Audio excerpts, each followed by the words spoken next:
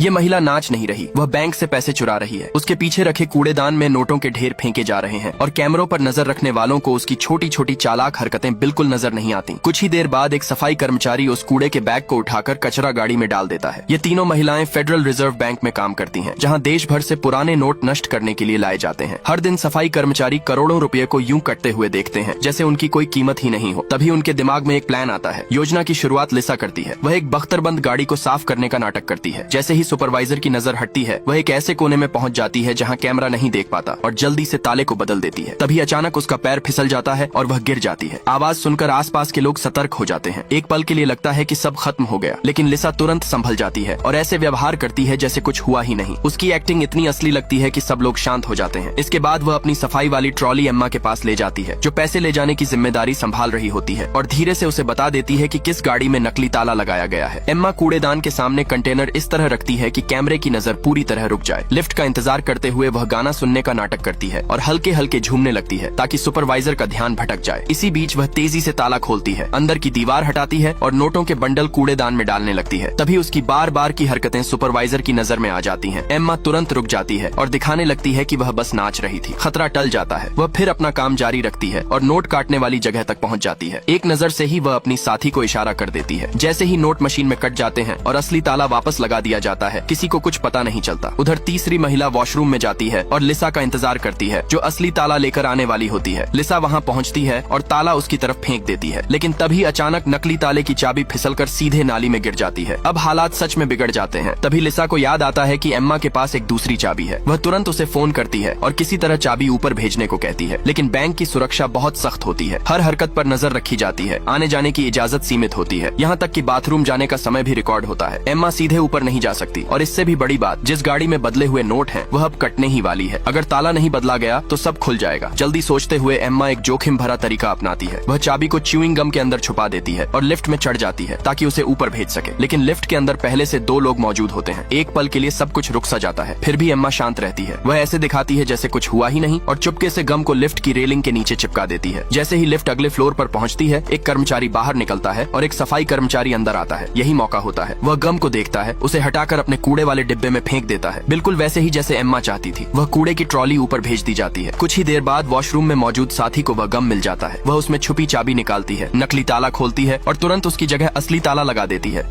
और फिर video like करने पर पार्ट 2 मिल जाएगा।